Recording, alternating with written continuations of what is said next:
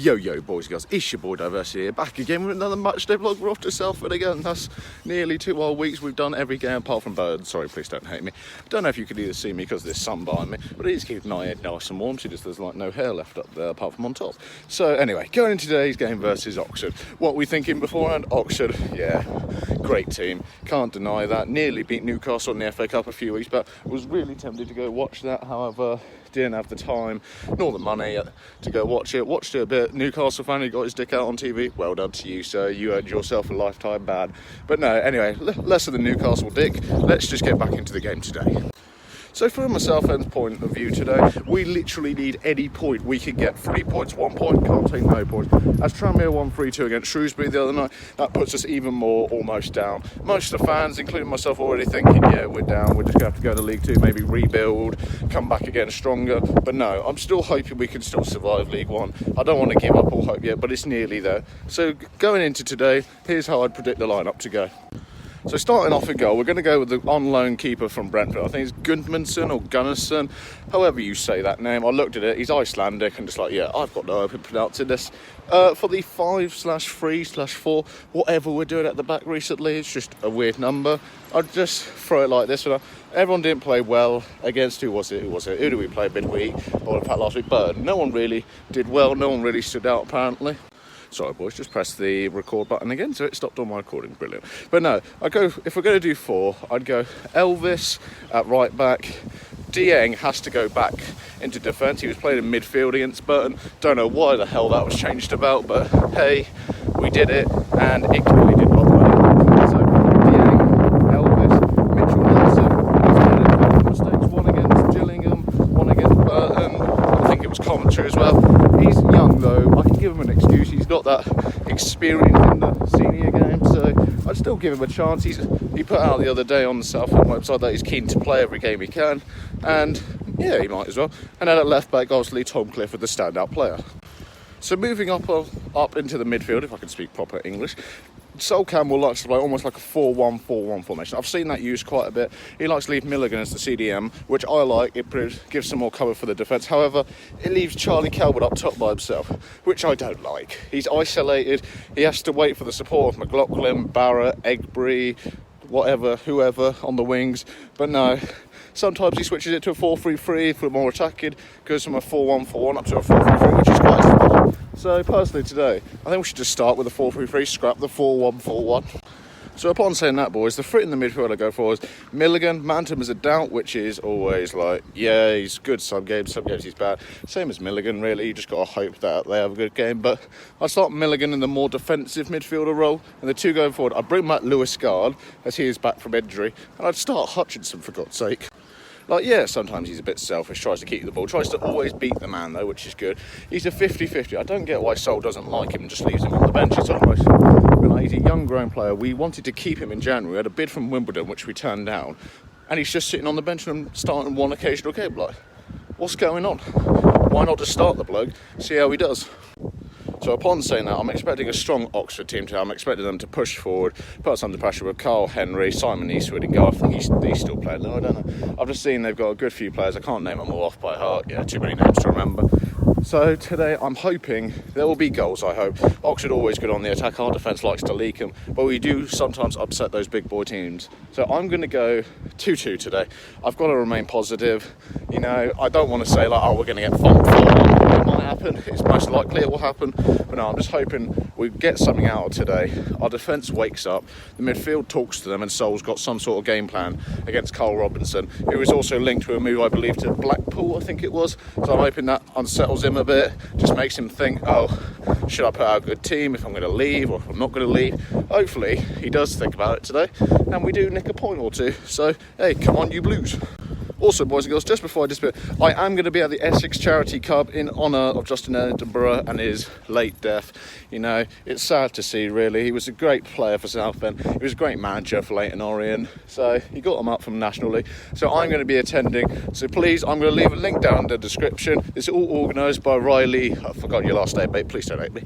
But no, go down in the description, donate to him, donate to the Justin Edinburgh Foundation, and yeah, you'll see me there, be in the vlog, and we can see what happens on the day. So, like I said, come on you Blues.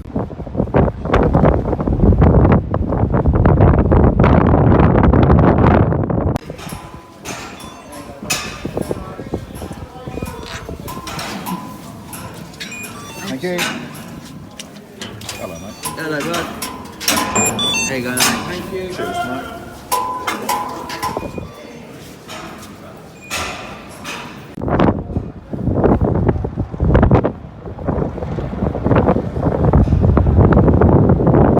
Right, boys and girls, teams have just been out. Still got murdered up there because it is bloody cold. Sun is slowly creeping its way over here though, so waiting for that. So my phone is whack, it's not loading the team. So the Tannoy's just announced he's playing. So I'm going to try to list as many members as many as I can. I think I pretty much cracked my KSL here, but here it goes, nothing. Gunnison, Elvis, Milligan, Dieng, Lewis Gard, I've already forgotten, Kinali, Kelman, McLaughlin, Egbury, two more, I don't know who they are. I think I said two, Clifford, and one more, he's off the top of my head. I think it's the defender. Oh, Shaughnessy. There you go, 11. Can't have a go at me. But no, that is it's close to what I was thinking. No Mitchell Nelson. Think he's on the bench, which is an odd move. Yes, he's had a few wobbles, but still, I think he deserves his place. Shaughnessy came on against Gillingham. Didn't have much impact, but you know, it's worth taking a risk. He does have that long throw, which might help us if we're going to hoist him up top. But I think that was to Aqua better, who's on the bench. But hey, we'll find out. Kickoff is about, I'm going to guess about 20 minutes, because I haven't looked at the time in about an hour. So yeah, see you in 20 minutes, or maybe it might be a half hour.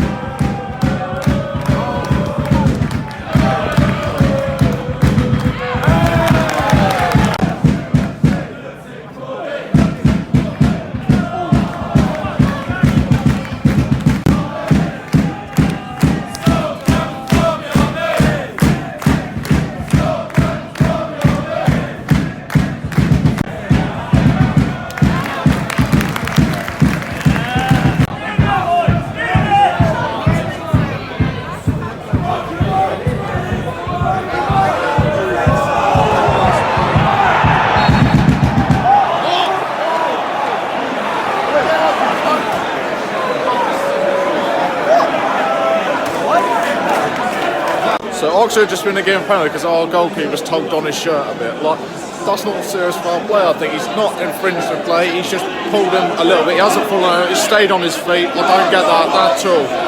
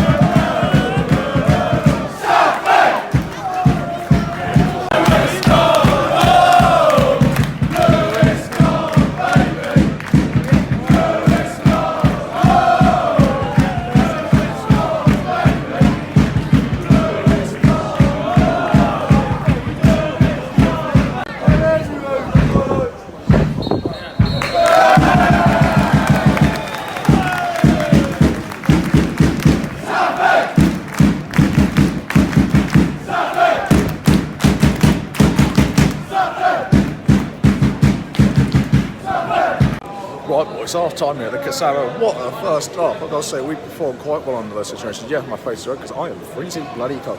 No, man of the match to stand out for that half. I'll go Kanali, number 43 in the middle, switching between right and central. He has been brilliant so far. He's calmed the play down, he's played the ball nicely, won a few headers. He's what we've missed almost, I think, in there. He's doing a job instead of Anton, which is good to see. As for the goal, brilliant to see Lewis Gard score on his first senior start back since that horrible injury nearly 2 years ago. It's good to see people coming back scoring goals. It shows what we've been missing this entire time. So not only does this mean my score prediction is still on for like the first time in ages, but no, if we could somehow snatch this point or maybe through towards the end of that first half, Oxford seemed to drop off a bit. They thought that they couldn't keep getting through, and we've just gone straight back at them in the last 10-15 minutes, which is great to see just before half time. So hopefully that will become a bit nervous in the dressing room coming out. But going into that second half, I wouldn't change much about that team. Egri still not convincing me, but still, it's just, yeah, it's Egri, the fans love him, you can't hate him. But no, going to say I wouldn't change much. Hopefully soon down the line we'll bring on some subs, not leave it too late like Sol usually does. But hey, going into the second half now, come on you Blues.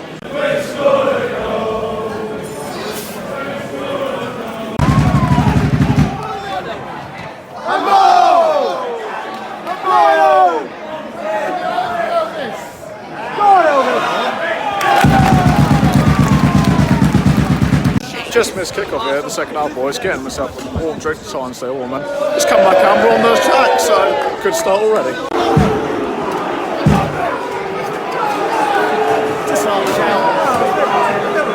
Oxford fans, if you're watching this, agree this ref is absolute shite, please.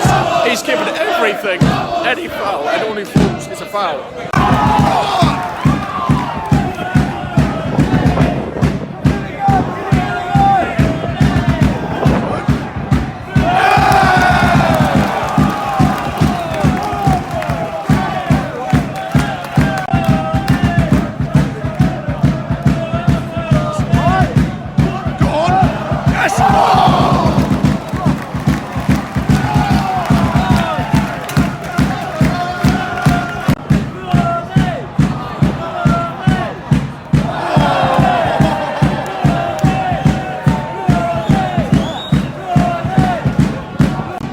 Striker through one-on-one, Goodison, amazing save, but wide.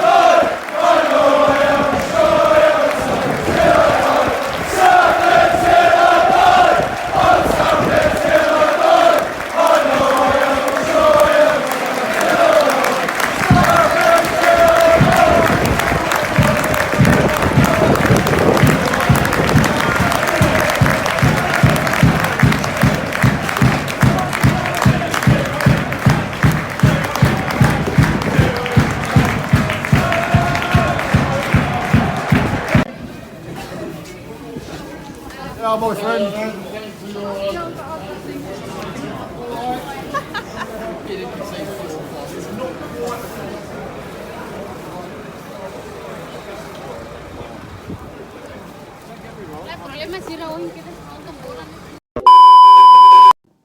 Right, boys and girls, back home now after all that long ass day.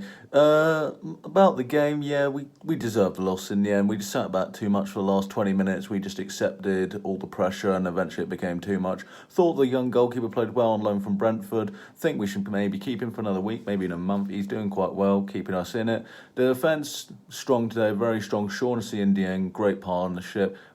Yeah, fullbacks, what was it? I've even forgotten their saying now. Elvis and what's his name?